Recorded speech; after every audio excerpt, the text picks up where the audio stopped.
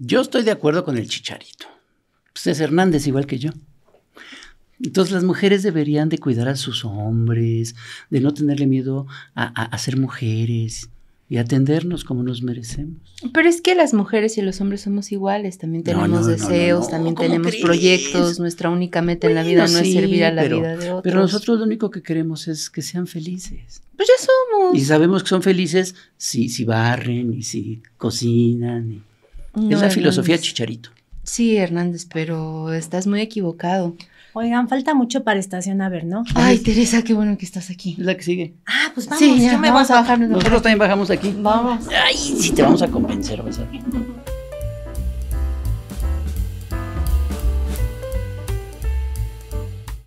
Si Dios me concede la gracia de casarme y formar una familia, me encantaría hacerlo con una mujer verdaderamente femenina. Una mujer de fe, que tenga a Dios en el centro de su vida, que ame más a Dios que a mí y que desee entregarse con amor a su hogar. Cuidar y educar a nuestros hijos y asegurar que todo en casa esté lleno de orden, de paz y de armonía. Estas son las palabras de nuestro gran guía espiritual y moral, que es Eduardo Verástegui, un hombre probo, si los hay, y que por alguna extraña razón que yo no entiendo, lo han criticado mucho por eso. De Nova, ¿cómo estás? Enojada por lo que ¿Estás enojada con Verástegui? La verdad, sí. ¿Estás enojada conmigo? No, contigo no creo que pienses así. Un poquito, sí. No, ¿cómo crees? Pero no, bueno. ¿cómo crees? No Claro no creo que es así. Pero ¿por qué critican a Verástegui si es...? Hay mucha gente que piensa así. Sí. Bueno, el Chicharito. Sí. De hecho, esto como que viene a reforzar la filosofía Chicharito, ¿no? Así es, sumarse a esto. Tal vez para llamar la atención, no sabemos. ¿Por qué te enoja? La intención. Porque creo que es muy sexista, muy misógino, muy machista, porque creo que todavía hay personas quienes pueden escuchar este tipo de mensajes y pensar que tienen algún grado de verdad, o que sí es realmente como una cuestión de aspiración el dividir, ¿no? De esa manera como los géneros y asumir esa sumisión por parte de las mujeres.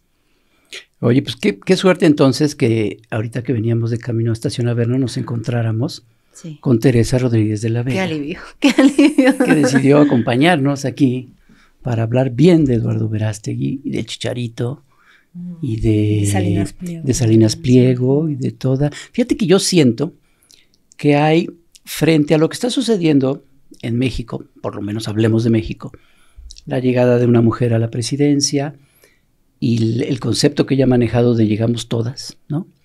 Sí percibo yo una especie como de resistencia, de frente de resistencia ante esto, ¿no? De una serie de señoros acomplejados, ¿no?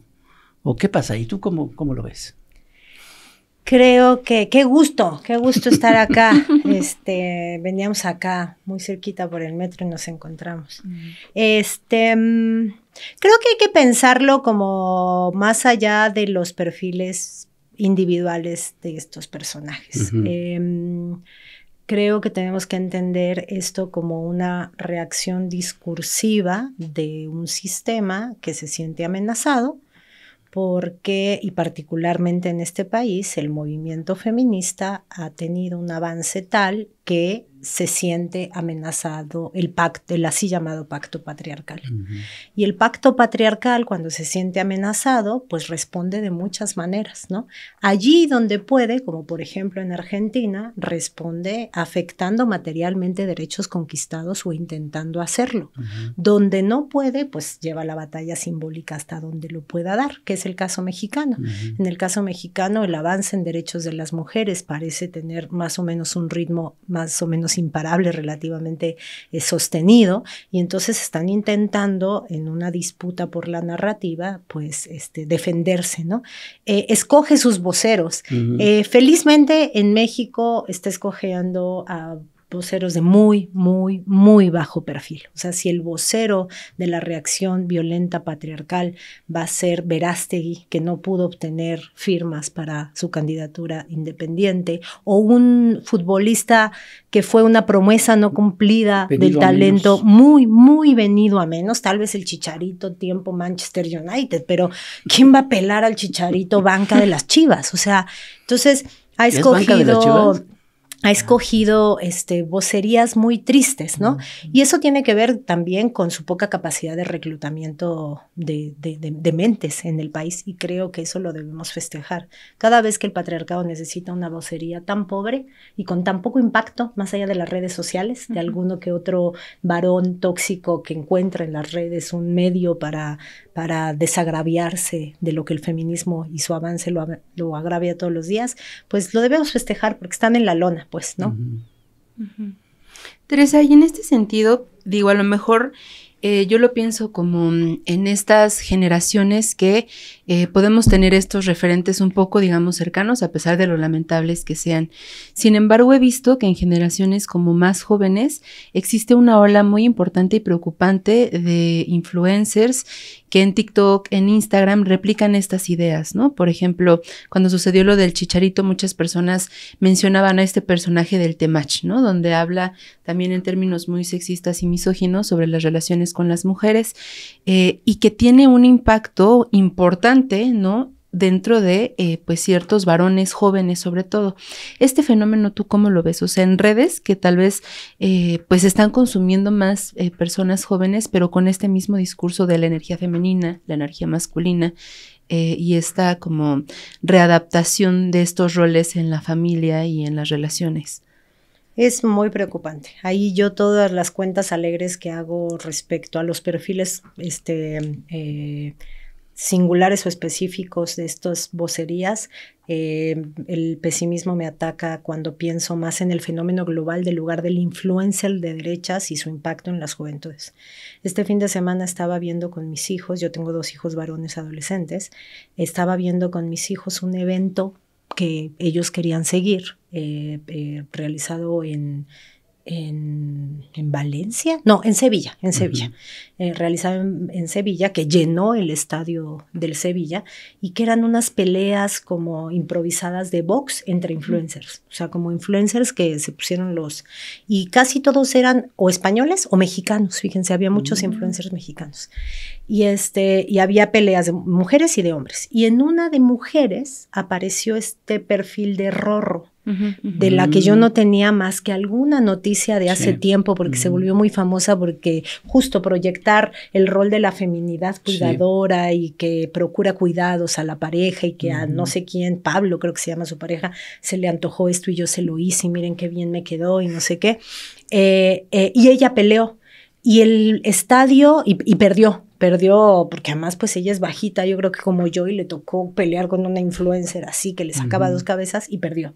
Y el estadio se le entregó abucheando a la ganadora, y era una entrega que no pasaba por el mensaje que ella emite, sino porque forma parte de este circuito de youtubers o de influencers o tiktokers que están generando puentes de conexión directa sin mediación alguna con las juventudes que viven pegadas a estas plataformas, ¿no? Entonces yo le preguntaba a mis hijos, porque mis hijos estaban indignados de que hubiera ganado la otra, indignados, y entonces yo les decía, ¿y esa Rorro quién es?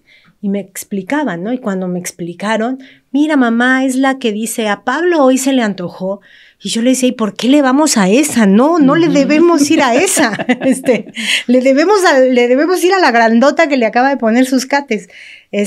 Y me explicaban, no, mamá, porque mira, ahora Pablo también ya a veces le cocina. Y enterados de su vida, mis hijos que tienen como mucha cercanía, pues los llevo a las marchas cuando la marcha lo permite, ¿no?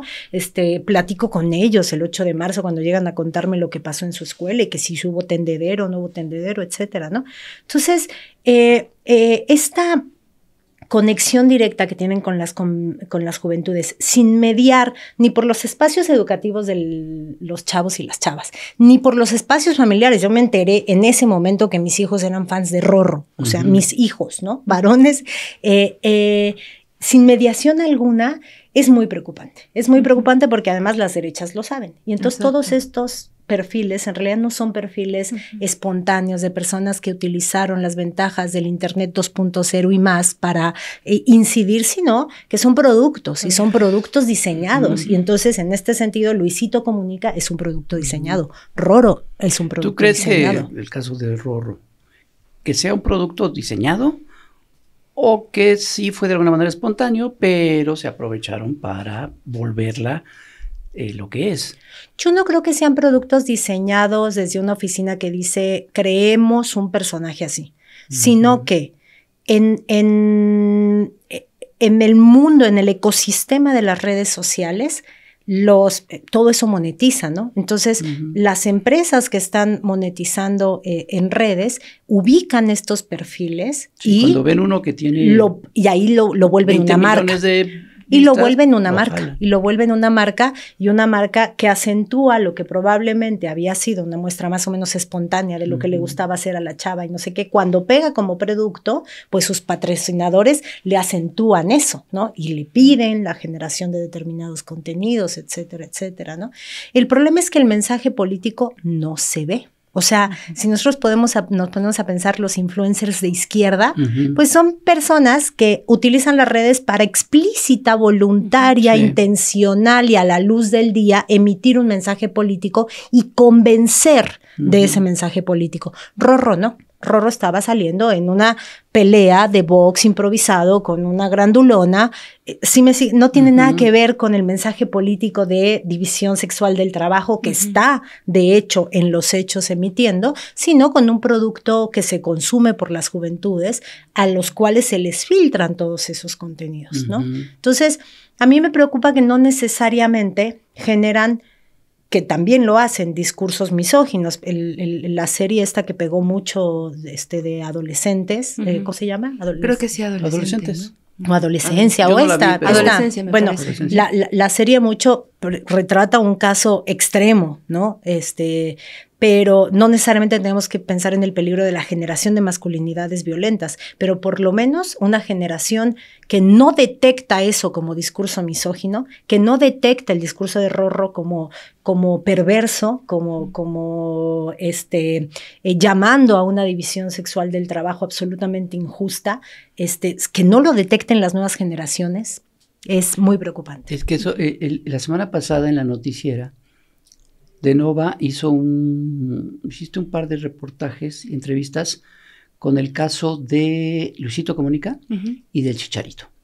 Yo me acuerdo que cuando las vi, en el momento en que estaba viendo la noticiera, pensé, pero ¿por qué le dan tanta importancia a Luisito Comunica? O sea, es clarísimo que el tipo comercializa sus contenidos, ¿no? Y hace lo que le pagan, pero no es tan claro. No, por supuesto. O sea, soy totalmente equivocado. Yo estoy pensando que es algo como muy claro, así como me parece muy claro que las patrañas que dice el Chicharito son una bola de tonterías, pero no es tan claro. Y además, si te pones a pensar, por ejemplo, en cómo fuerzas políticas saben, muy concretas, pienso en el caso de Movimiento Ciudadano, saben que pega mucho más para el votante joven de la elección del 30, pega mucho más filtrarse por el lado de la red social no politizada, que entre comillas, no politizada, entre comillas, por entrar a la disputa política con argumentos y convencer al otro de que tu misoginia al lugar, ¿no? Entonces, Maynes hizo una campaña exitosísima, no por haber logrado encontrar a Movimiento Ciudadano en el abanico político con una identidad de propuesta que dijeran los jóvenes, ahí está.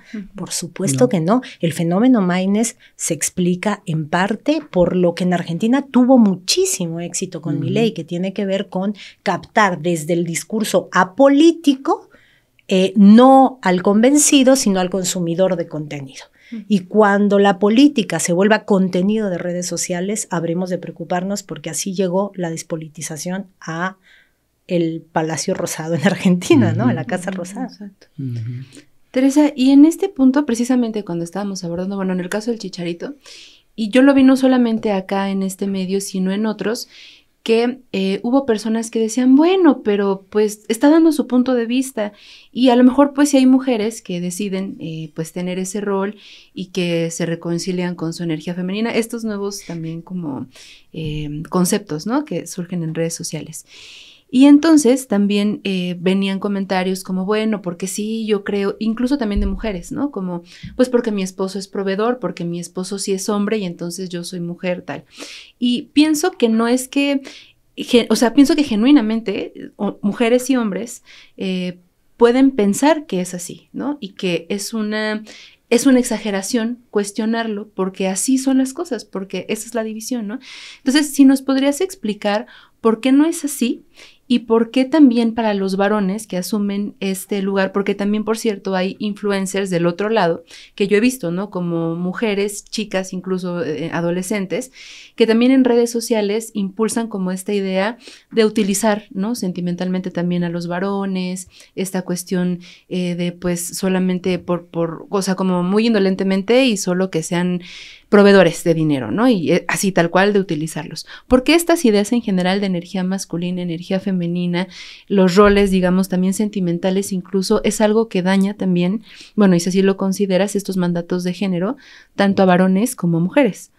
Eso ha estado incluso, Carolina, súper bien estudiado. O sea, ahí creo que no la primera, pero quizás sí de las primeras en decirlo con toda claridad fue Rita Segato. Es decir, la primera víctima del patriarcado es el sujeto varón o sexado como varón, que es demandado a comportarse de determinadas maneras, a hacer ciertos ritos iniciáticos, violentos, performáticos, para ser admitido en el clan de los valores. Es decir, la firma del pacto patriarcal puede ser incluso más violenta para los varones que para las mujeres. Cada vez que un niño chiquito es aventado a que le dé el beso a su compañerita o a opinar sobre el aspecto físico de la compañerita, es una socialización y una pedagogía tremendamente violenta para la conformación de subjetividades violentas. Entonces, dice Rita Segato que la primera víctima del patriarcado son los hijos sanos del patriarcado, porque para llegar a ser un hijo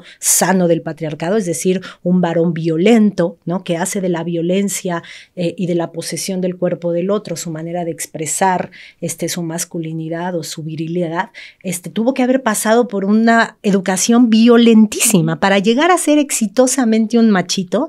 Es que fuiste sometido a unos esquemas iniciáticos muy violentos, muy, muy violentos. ¿Dónde los vemos? Generalmente cuando los procesos educativos y de imposición de patrones son exitosos, no los vemos y parece que los niños eligieron ser unos patanes, pero los vemos cuando hay resistencia. Ahí hay un sociólogo maravilloso clásico del siglo XIX que era bastante misógino, Emile Durkheim, pero que decía una cosa muy cierta. Decía, nosotros los mecanismos coercitivos de la sociedad los vemos solo funcionar a todo lo que dan cuando no funcionan, en los casos en los que no son exitosos. Cuando son exitosos, cuando la socialización machista es exitosa, no lo vemos y parece elección propia.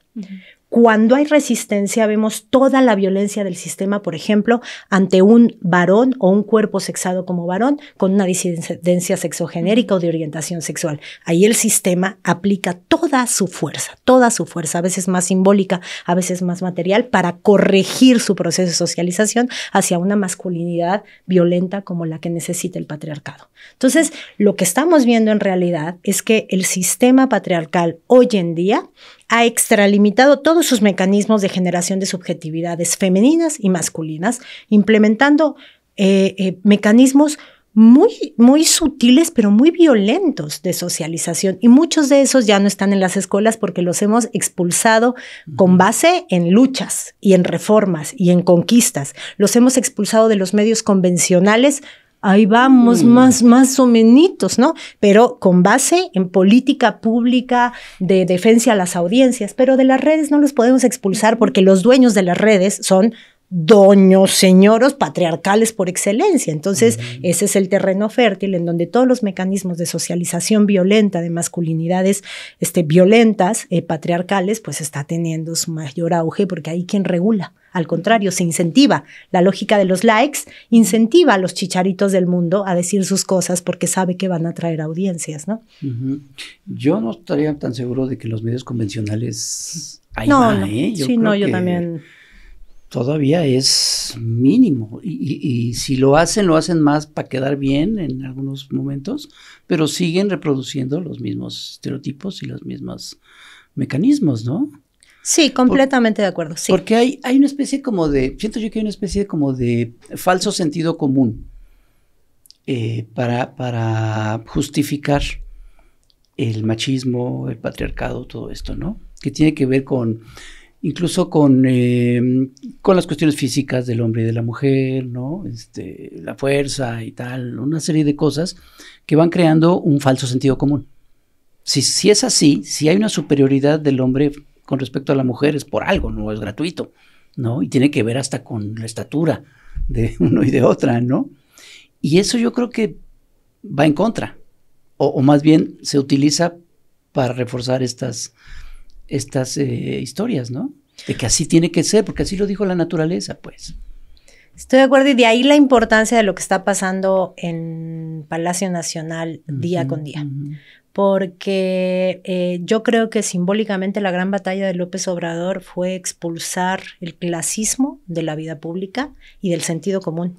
Y vaya que lo logró. O sea, esa pedagogía cotidiana, antififí y de reivindicación de lo plebeyo, cimbró en el sentido común, y es bien difícil mover al sentido común, y este señor lo movió. O sea, hay que decirlo, con todas sus contradicciones, López Obrador se propuso erradicar, expulsar el clasismo del sentido común, y hoy en día una lady Polanco no es admisible, hoy en día una lady racista no es admisible, por mucho que podamos criticar después las reacciones de violencia callejera, pero no es admisible porque el sentido común se movió de ahí, y no era una batalla fácil, porque veníamos de la gaviota, porque veníamos de la exaltación de la portada de la revista Quién, ¿no? O del Caras, ¿no? Veníamos de ese aspiracionismo vuelto política pública y lo radicó. Neoliberal, que por supuesto, era eso, ¿no?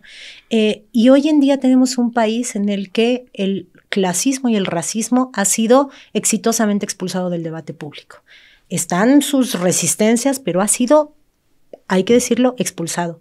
Y creo que Claudia Sheinbaum se propuso hacer lo mismo con la misoginia. La pedagogía cotidiana, y por eso de pronto se le critica que tiene que andar hablando la primera mandataria del país del chicharito, qué asunto menor. No, no es un asunto menor, y no es un asunto menor porque la presidenta sabe que está en una labor pedagógica de expulsión de la misoginia, porque ahí sí nos queda mucho por andar. Si nosotros vemos incluso los circuitos de debates de izquierdas, vemos que la misoginia pulula. Las mujeres somos cuestionadas por cómo nos vemos, por qué color de cabello tenemos, por cómo hablamos, por si somos temperamentales o no somos.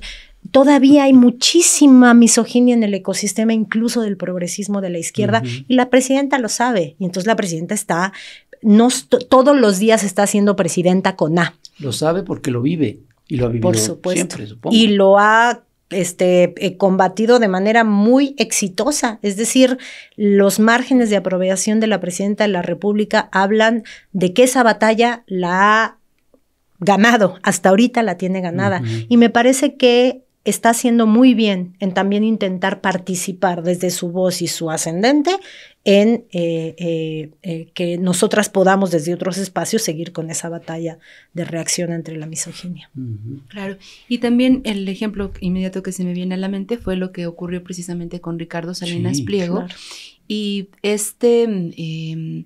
pues incluso muestra de solidaridad, por ejemplo, con Denise Dresser, ¿no? A pesar de las diferencias políticas, la presidenta dijo respecto a esto, estamos del mismo lugar, ¿no? Y estamos uniendo fuerzas, y todas las mujeres que también se unieron como a esta misma pues exigencia y evidenciar el machismo y la misoginia de Ricardo Salinas Pliego contra escritoras como Vanessa Romero, contra Sabina Berman, contra la propia Denise, ¿no? Sí, en esto también podríamos detenernos un poco, sobre todo por un fenómeno que ocurrió después, inmediatamente casi después, que salió la hija de Ricardo Salinas y la esposa. Entonces, por un lado, había quienes también atacaban a la hija y a la esposa en lugar de directamente dirigirse hacia quien inició también toda esa violencia, pero también si nos puedes compartir parte de este análisis, porque parte de la argumentación de ambas era, pero es que es un excelente padre, y esto que ojalá también nos puedas aclarar, porque decían, es que tiene mamá y tiene esposa, podría ser un machito si tiene mamá y tiene esposa y tiene hijas, ¿no?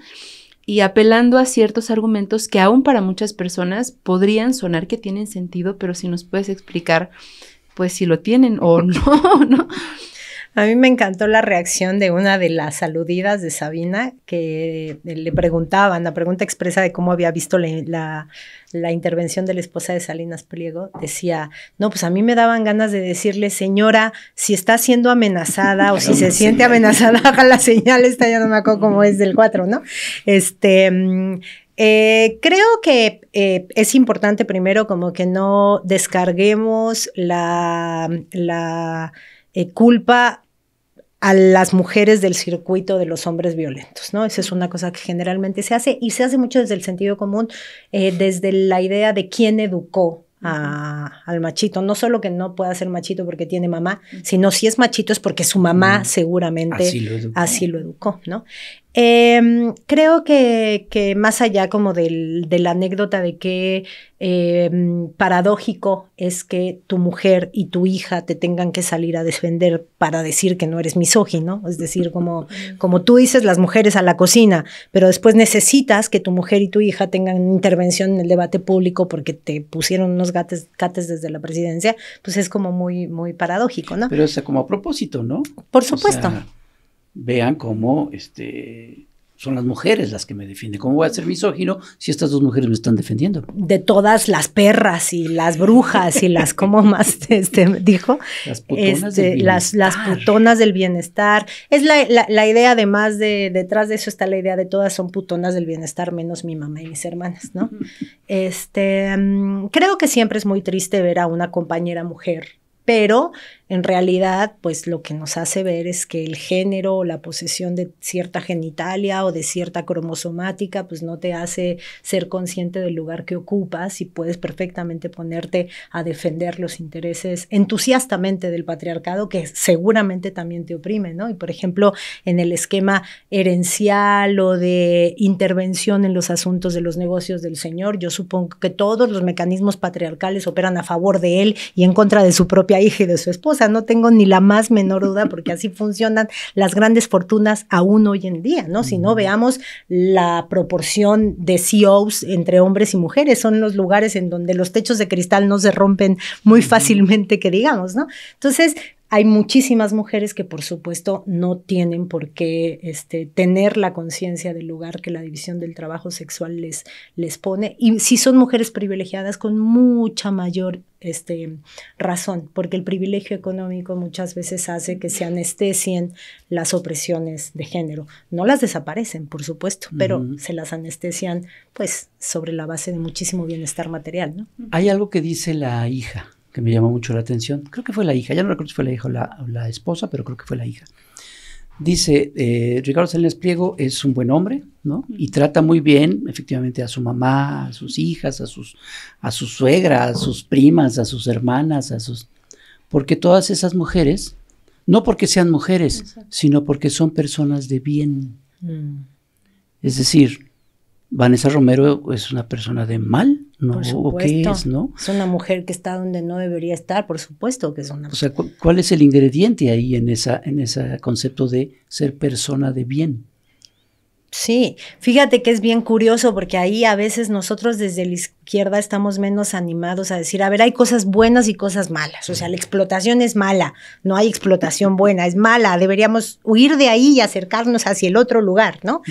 La redistribución, la justicia, la igualdad, no sé qué, a veces el pragmatismo o el que cuidemos lo que tenemos, nos hace perder de vista nuestra discusión ética. La derecha lo tiene muy claro. Sí, claro. Y es muy básica y elemental. Es casi sacada del texto sagrado, ¿no? Entonces, pues la gente de bien es la gente que reproduce acríticamente los roles asignados de género, y que son roles asignados de género que cuidan la prevalecencia del sistema.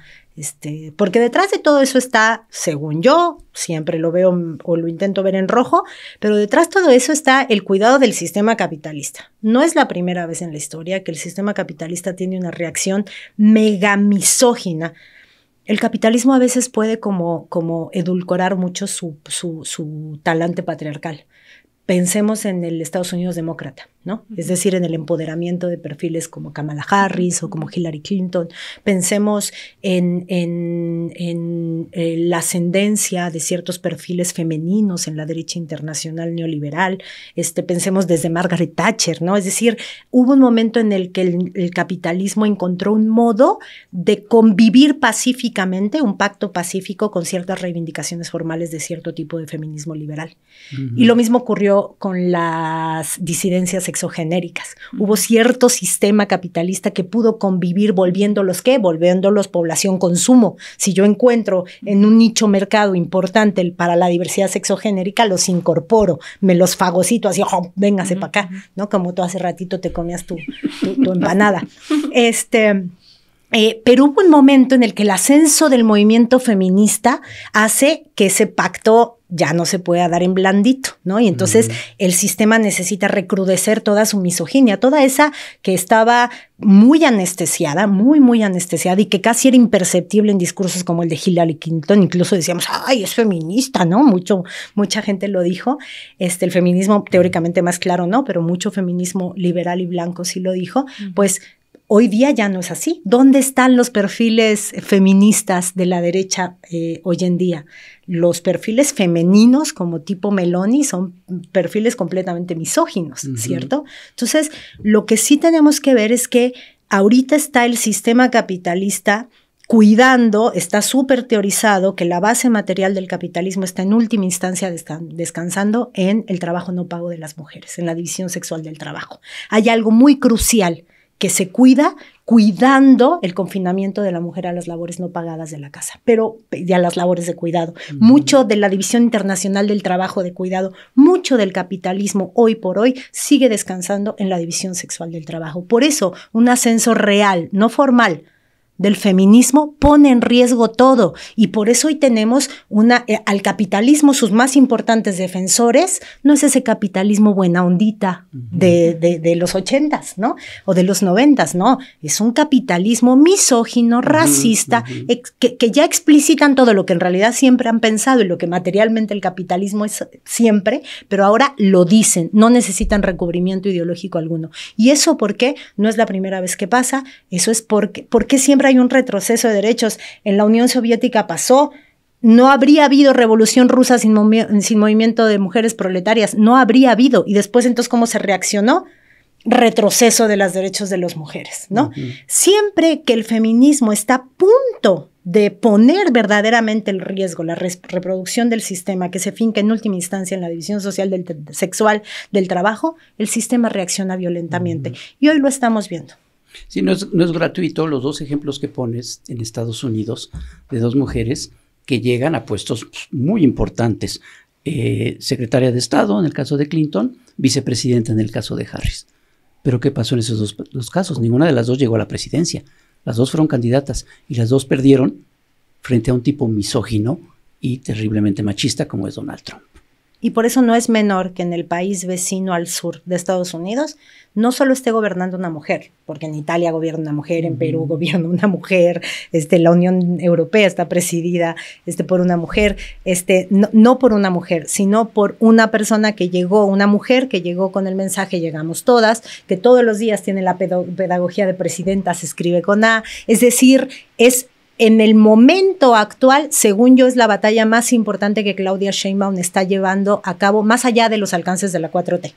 Uno le podría pedir un poquito, no un poquito más, mucho más de liderazgo regional, como desde el sur global, le podría pedir muchísimo más respecto al genocidio en Gaza y tenemos que seguirlo haciendo, pero respecto a la misoginia, Claudia Sheinbaum es un liderazgo no solo a escala nacional, que tiene la misoginia bastante, no completamente, porque por eso estamos hablando hoy aquí del Chicharito, de Salinas Pliego y de Barestí, pero sí lo tenemos bastante en la lona. Los niveles de aprobación de la presidencia nos dicen que la misoginia está al menos muy vapuleada en este país. No se explica que Claudia Sheinbaum tenga una aprobación por encima de López Obrador. No estamos diciendo de López Obrador, el presidente más querido en este país en el último siglo, ¿no? Entonces, una aprobación así no se explica, sino porque la batalla ha sido exitosa. Todavía queda mucho por andar, pero Claudia Sheinbaum es faro en términos de ganarle la narrativa a la misoginia de la que necesariamente se ha tenido que revestir la derecha y el cuidado del sistema capitalista hoy en día. Muy bien, pues vamos a hacer un corte muy breve y regresamos aquí a Estación Averno.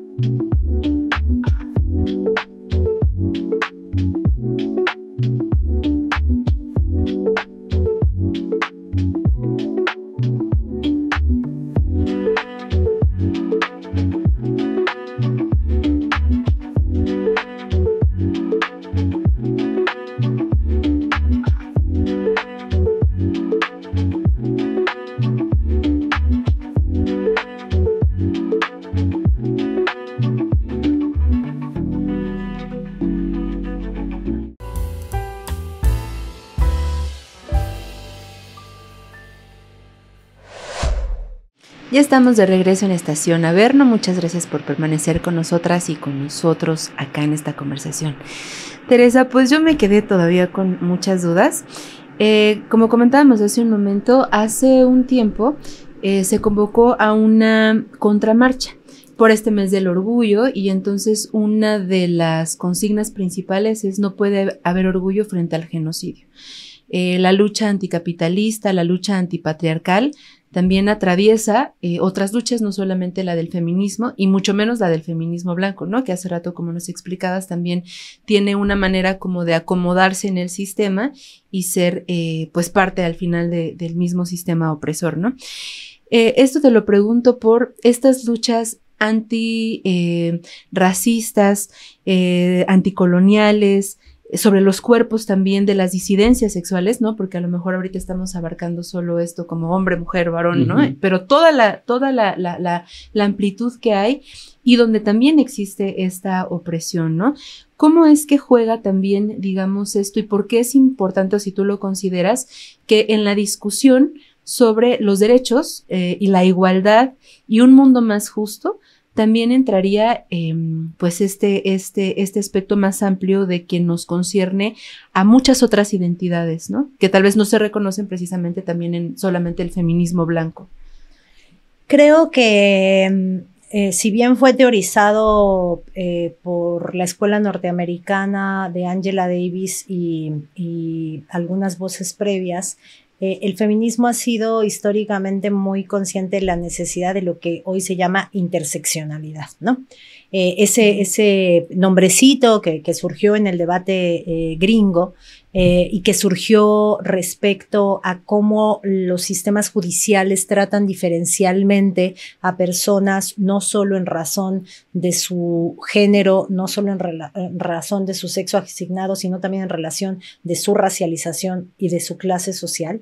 Esa intuición interseccional después sirvió para reinterpretar muchos momentos del feminismo, muchos momentos del papel de las mujeres en la lucha antiesclavista o del papel de las mujeres en la lucha proletaria. Es decir, este mandato de pensar siempre que la opresión por razón de género en realidad es una opresión sostén de otras opresiones, nunca funciona solita, ¿no? Nunca. Es como una especie de perno. Por eso, si quitas la opresión de género, parece que se resquebrajan muchas otras opresiones, y por eso el sistema reacciona tan violentamente, mucho más que al avance de otros derechos, ¿no? El sistema reacciona más amablemente al avance de los derechos de las diversidades, incluso a veces, en momentos que la economía lo permite, funciona más amablemente al avance de los derechos de los trabajadores y del proletariado, ¿no? Pero de las mujeres no. Hay un momento en el que el avance de derechos provoca una reacción violenta. Y por eso el feminismo siempre ha sido intuitivamente interseccional, pero hoy más que nunca necesitamos ser volcada, intencional, decidida y entusiastamente interseccionales, porque cualquier feminismo no interseccional en realidad cae en una trampa que el sistema siempre está dispuesta a ponernos. En muchos momentos el feminismo radical pareció como el feminismo más virtuoso, en el sentido de que señalaba con toda claridad el lugar de la opresión patriarcal, ¿no? Y su prioridad frente a otras opresiones, y fue fagocitado en este caso por la academia, ¿no? Fagocitado, ¿por qué? Pues porque era completamente compatible con dar a las mujeres privilegios de clase, ¿no?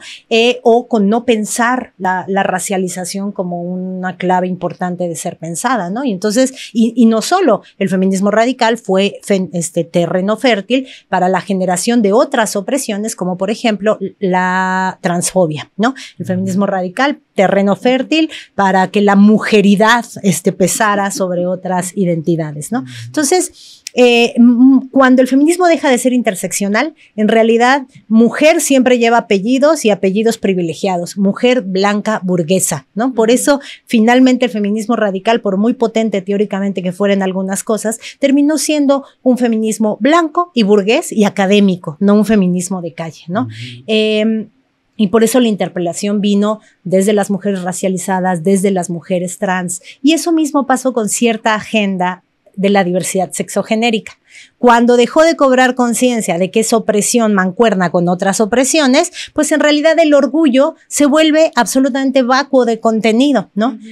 Hoy en día me parece que estamos en un terreno en el que parte importante del movimiento de la diversidad sexogenérica y parte importante del movimiento feminista está consciente de que las opresiones se piensan interseccionalmente y que cualquier separatismo, ya sea sexogenérico, ya sea desde el feminismo, en realidad se vuelve cómplice del sistema y es completamente engullible por el sistema. Muestra muy clara ha sido la generosidad con la que estos movimientos, fundamentalmente ahí diría el feminismo y la diversidad sexogenérica que se siente convocada por las convocatorias feministas con Gaza. Hace 2 marchas del 8M, que el 8M es verde, es morado, sí, pero también es la bandera palestina. Y eso no es común porque los movimientos solemos ser muy ombligocéntricos, ¿no? Y solemos ver en nuestro drama y no está mal, o sea, no le podemos pedir al movimiento de víctimas que deje de ver desde su dolor y desde su demanda, pero el feminismo es muy generoso y lo ha sido históricamente. Entonces el feminismo marchando por Gaza hoy recuerda a las mujeres siendo vanguardia del proletariado a principios del siglo XX o a las mujeres de la Comuna de París, es decir, desde el ser mujer, desde ese lugar de esa peculiar opresión, siempre ha habido como ánimo de generosidad hacia otras opresiones y creo que tenemos que seguirlo apuntalando y seguirlo defendiendo. Oye, Tere, hace un momento mencionabas lo que estamos viviendo en México, que es algo muy importante. Y el hecho de Claudia Sheinbaum presidenta, de digamos de todo lo que esto significa y que todos los días la presidenta lo pone en la mesa y lo subraya y nunca está de más y lo sigue haciendo y lo seguirá haciendo.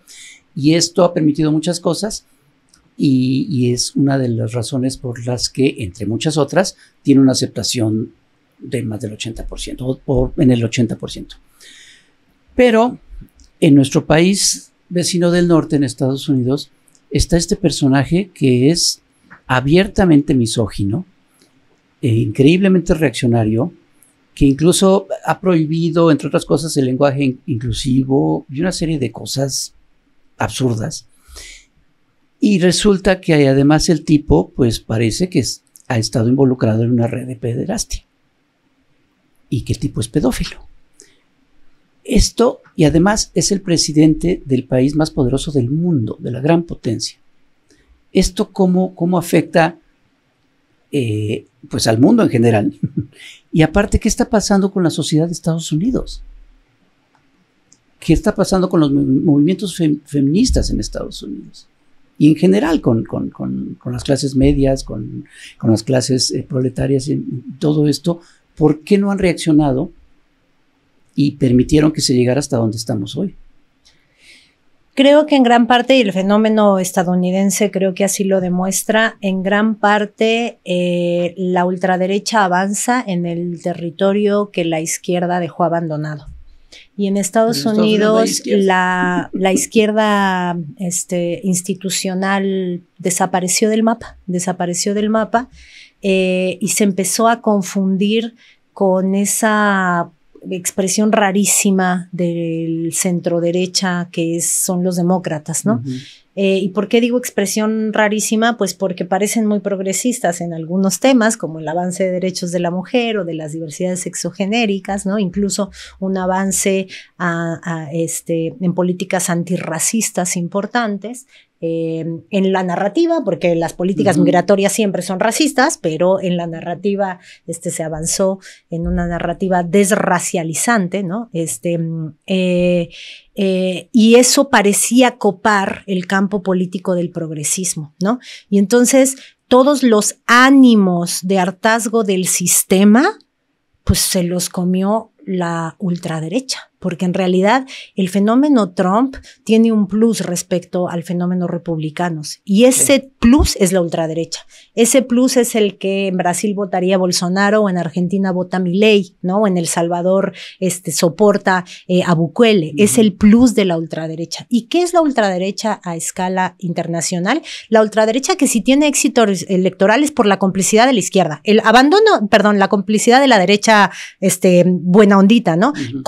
Abandono de la izquierda y complicidad de la derecha. No podríamos entender a la ultraderecha en Argentina sin la complicidad de Macri, de la derecha, digamos, normal, la derecha no del exabrupto ni del brote psicótico, ¿no? La derecha funcional.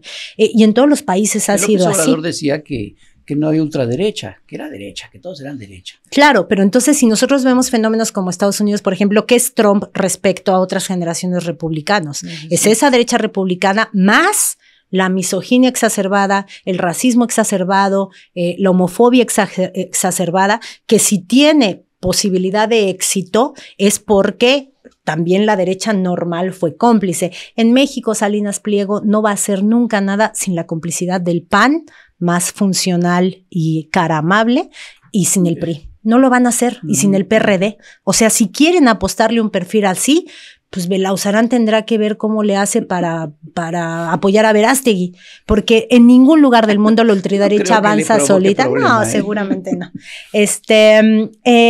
Y el abandono de la izquierda. Entonces, de ahí la importancia de lo que está pasando en México. Yo de pronto he oído a muchos dirigentes de Morena, a Luisa María incluida, decir, Morena es el movimiento más importante a escala internacional, el partido más importante.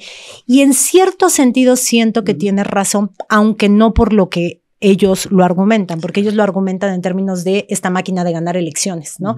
De un registro de hace menos de 2 décadas o de década y media a garantía de continuidad transeccional, impacto en el régimen, en la Constitución, refundación, o sea, una cosa verdaderamente muy impresionante. Sí. Eso sí es muy exitoso, pero en realidad yo creo que Morena es muy importante porque estamos hablando de el país vecino al sur, del país gobernado por la extrapolación de la misoginia, racismo, clasismo, elitismo, por el hombre que es todo lo que esa narrativa defiende, el país de al sur, más dependiente económicamente de esa potencia gobernada por Donald Trump, está gobernado por una mujer que todos los días dice que presidenta se escribe con A.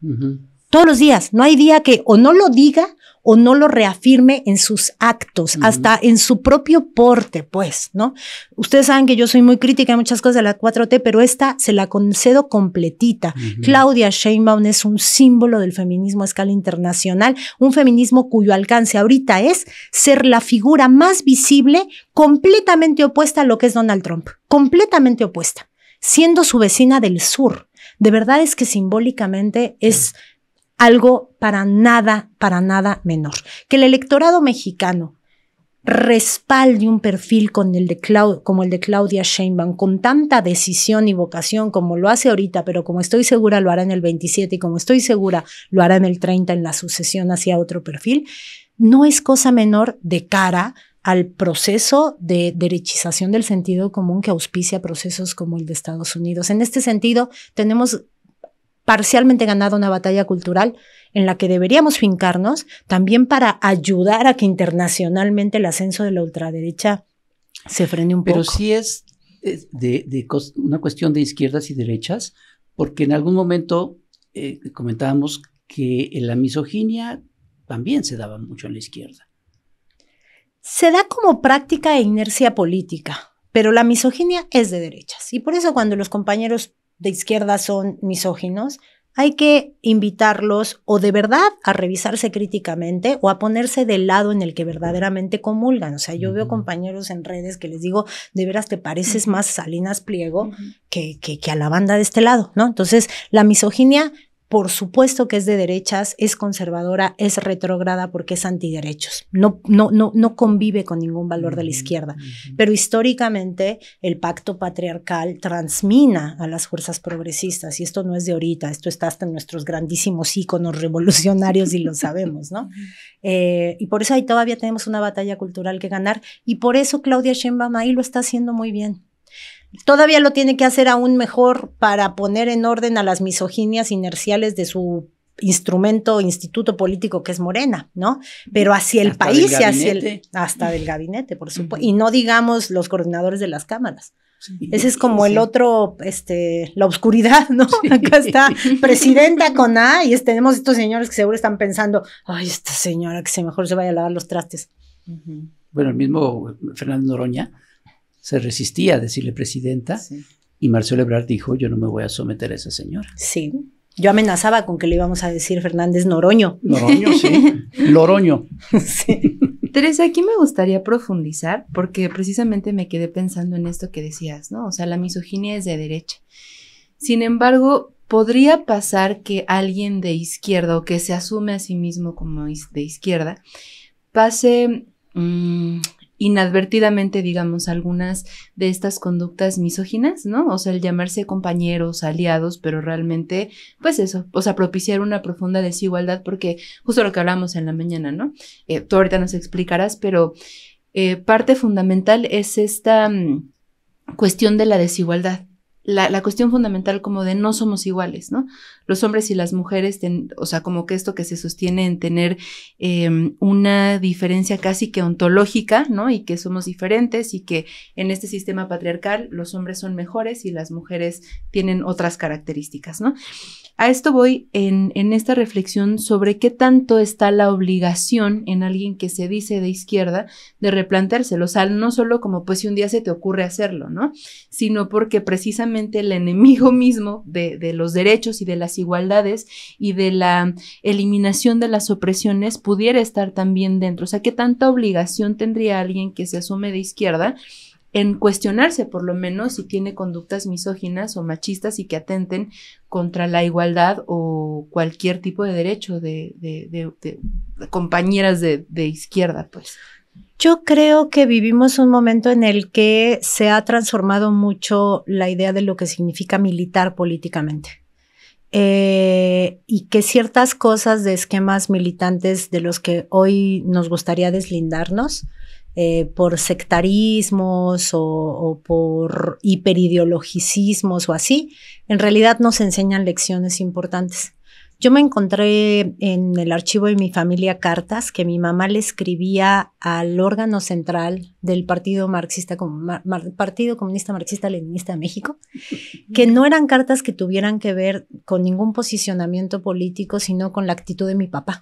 O sea, cartas a los camaradas del Comité Central denunciando abandono, denunciando por prácticas que éticamente eran cuestionables de un compañero de izquierdas, es decir, no pensión alimenticia, cosas que hoy nos pasan súper desapercibidas. No, pues sí, yo sé que es un deudor alimenticio, pero no sabes qué buen operador político es, ¿no? Bueno, esos esquemas de militancia, no, por lo menos en los dichos había mecanismos de censura colectiva del órgano militante, y hoy en día hay muchas organizaciones que tienen sus mecanismos propios, por ejemplo, ante casos de acoso sexual y de violencia sexual, ¿no? Es decir, esquemas militantes en donde un camarada del partido es señalado por una compañera o por alguien externo, y el propio partido tiene mecanismos disciplinarios de pérdida de derechos políticos. Imagínense que eso sucediera.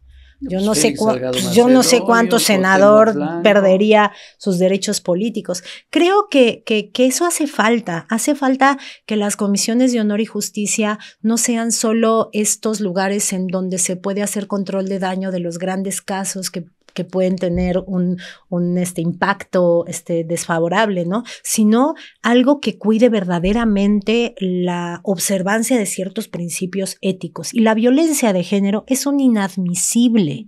Morena no debería tener un violentador con curul, no debería tener uno solo. Esas son de las cosas que nos deben. Como no tendría que tener un solo deudor alimenticio en el funcionariado, uno solo. Debería haber un código, de la misma manera que hoy día tenemos el debate de la importancia de la austeridad. Yo me acuerdo mucho, Pepe, que un día tú me decías, sí, muchas cosas de las que tú dices estoy de acuerdo, pero es que no estás tomando en cuenta que estamos en guerra. O sea, aquí tenemos del otro lado a unos que nos quieren. Justo por eso deberíamos ser así, impecables en el cuidado de la ética política.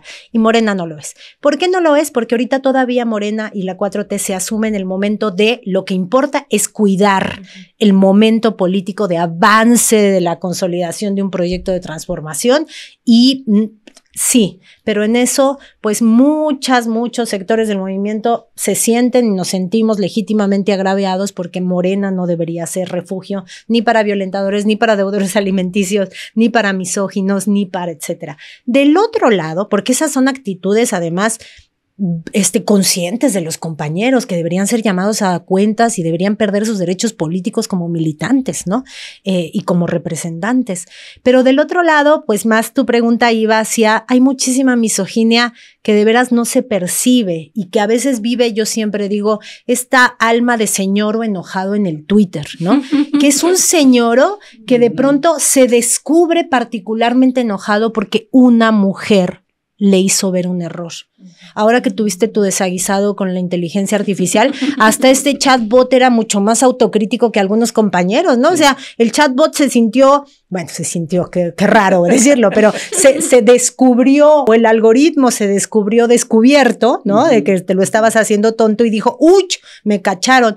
¿Cuántas polémicas absurdas en Twitter no se resolverían sin tanta tecleo de por medio si el compañero tuviera la humildad de decir, sí, la verdad me equivoqué? Pero si la crítica viene de una compañera, hay un mecanismo inconsciente que dice, ¿cómo le hago? ¿Y ahora qué me invento? ¿Y ahora cómo respondo? ¿Y ahora qué argumento ad hominem voy a hacer? ¿Y ahora bla, bla, bla, bla? Que son cosas que no les pasa si se lo señala un varón. Y ahí sí creo que nos hace mucha formación política. Falta muchísima formación política. Muchísima. Oye, y eso, ahorita lo que mencionaste fue pues dentro de un movimiento político, ¿no? Específico, dentro de un partido político específico, pero ya a nivel de la sociedad en general. ¿Cómo se puede pelear contra, no me gusta la palabrita, pero bueno, contra esas narrativas o contra ese sinsentido común? En la mañana estábamos platicando en la noticiera, en el librero del Monero, de los libros de Vivian Gornick. Y hay un libro que es una compilación de varios textos de ella, y hay uno en donde hace una crítica feroz contra 3 escritores norteamericanos, pues que son famosísimos y que son vacas sagradas de la literatura en Estados Unidos: Henry Miller, Norman Mailer y Philip Roth. Entonces toma frases de sus novelas y bueno, los exhibe como unos misóginos espantosos. Y son los grandes nombres y son los grandes escritores que la sociedad ilustrada norteamericana lee y que los toma como un referente cultural. Ese es un nivel, pero hay otros niveles y con esto regresamos al Chicharito y a Verástegui y a Luisito Comunica y todos estos personajes que, queramos o no, pues son los referentes también. ¿Cómo pelear contra todas esas lógicas que siguen perpetuando estos estereotipos y este falso sentido común? Ya a nivel general, pues. Es una batalla muy difícil porque incluso, por ejemplo, el señalamiento a estos escritores norteamericanos incluso fue uno de los temas más recurrentes del feminismo radical. La tesis doctoral de Kate Millett, de la fundadora del feminismo radical, justo va de hacer crítica literaria a la exaltación de la violación en muchos pasajes de estas obras icónicas de la literatura norteamericana. Sí, perdón que te interrumpa. Justamente en la mañana veíamos un fragmento en donde Norman Mailer decía, la única manera de poder llegar a una mujer es por medio del sexo y Sí. el sexo dominante, Sí, ¿no? Y si habla así de Sí. dominarla, casi de violarla. sí. Y después lo adereza un poquito siguiendo las lógicas del Chicharito, pero son las mujeres, casi la otra mitad del cielo, qué bonitas son, ¿no? Sí, tal cual, y no nos concebimos sin ellas. Sí, No exacto. podemos brillar en nuestro cielo, no sé cómo lo dijo. No, pero- Con una además poética muy pobre, Sí. el compañero Chicharito. Pero y además no puedes enarbolar una masculinidad fuerte si tú apoyas el Chicharito, o sea, hay algo que no cuadra, o sea, que lo haga, no sé, no sé otro apodo, pero El macetón la Cabrera. máquina algo, pero el Chicharito es como si el Bofo Bautista se volviera ícono de fisicoculturismo, pues no, estás bofo, ¿no? Bueno, no importa, pero fíjate, claramente eliminarlo de la narrativa no es un asunto fácil, porque a nivel literatura, que canónicamente es buena literatura, pero también a nivel de contenidos que circulan y se consumen en los mass media, y ya no digamos en redes sociales, si esto pega es porque hay una formación de la apreciación estética o del gusto que recibe gustosamente mensajes misóginos, ¿no? Entonces, yo no creo que la literatura de Norman Mailer sea mala por ser misógina. Lo que creo es que el gusto por la literatura de Norman Mailer tiene que ver con un gusto misógino que se desarrolló durante muchísimo tiempo, que estaba completamente emparejado a la buena apreciación literaria. Es decir, el crítico literario no lo detectaba y además la misoginia era parte de lo que le gustaba y es parte de lo que le exaltamos, ¿no? Que sea misógino lo vuelve mala literatura, pues no, de ninguna manera, porque hay otros parámetros del manejo del lenguaje, del manejo visual, metafórico, etcétera, que puede pasar la prueba. Pero nuestra batalla no es contra Norman Mailer, nuestra batalla es de erradicar el gusto por la misoginia que pasa desapercibida al lado de nuestros otros parámetros de apreciación estética, ¿no? Y eso sigue sucediendo. Nos fijamos muchísimo en la misoginia cuando viene en la pieza de reggaetón, pero no nos fijamos cuando vienen piezas de lo que consideramos buena música o buena literatura. Y eso tiene que ver también con que, pues también al ladito de la misoginia siempre hay elitismo, ¿no? Entonces, cuando el elitismo anestesia mi juicio de que eso es misógino, pues no hay bronca, ¿no? Pero cuando mi elitismo dice, y además es naco, no solo es misógino, sino además es naco, ¿no? Entonces, muchas baterías contra el corrido tumbao, muy pocas baterías contra las grandes letras de la literatura. José, por ejemplo, también en estas canciones de Por supuesto, pero ahí muchas veces pesa más el elitismo desde el cual se acentúa la crítica misógina y la misoginia en otros lugares pasa completamente desapercibida. Pero todo eso tiene que ver con la batalla cultural y por eso reitero, lo que está haciendo la presidenta de la República no es cosa menor, no es cosa menor.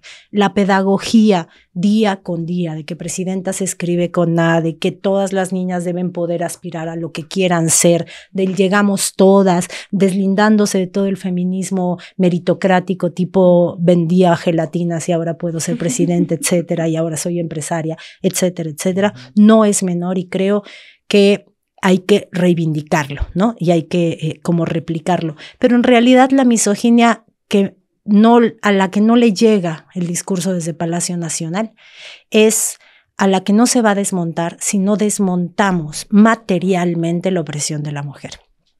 En México, los feminicidios no se van a reducir hasta que se reduzca el soporte material de los feminicidios, que está dado por dos cosas. Porque las mujeres seguimos haciendo, sobre todo, trabajo no pago y por lo tanto dependemos económicamente muchas veces de nuestro agresor o de los circuitos de complicidad de nuestro agresor, ¿no? Y eso es el soporte material, pero tampoco se va a deshacer mientras no logremos deshacer la infiltración del crimen organizado y la violencia del narcotráfico. ¿Por qué?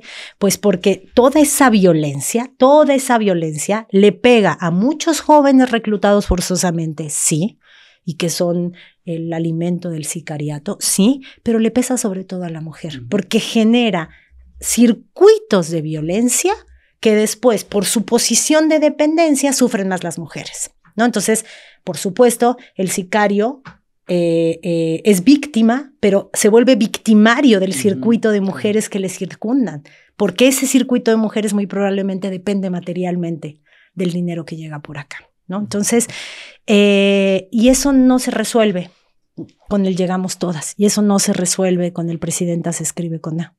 Y se dice y se pronuncia y se grita con A, ¿no? Eso se resuelve atendiendo con perspectiva de género, por ejemplo, el gravísimo problema de seguridad que enfrentamos. Y ahí la 4T todavía nos queda mucho a deber, porque la forma securitista de enfrentar el problema de la inseguridad, la forma militarista y policíaca, punitivista y carcelaria, está absolutamente demostrado que en última instancia termina afectando a las mujeres. La prisión preventiva oficiosa.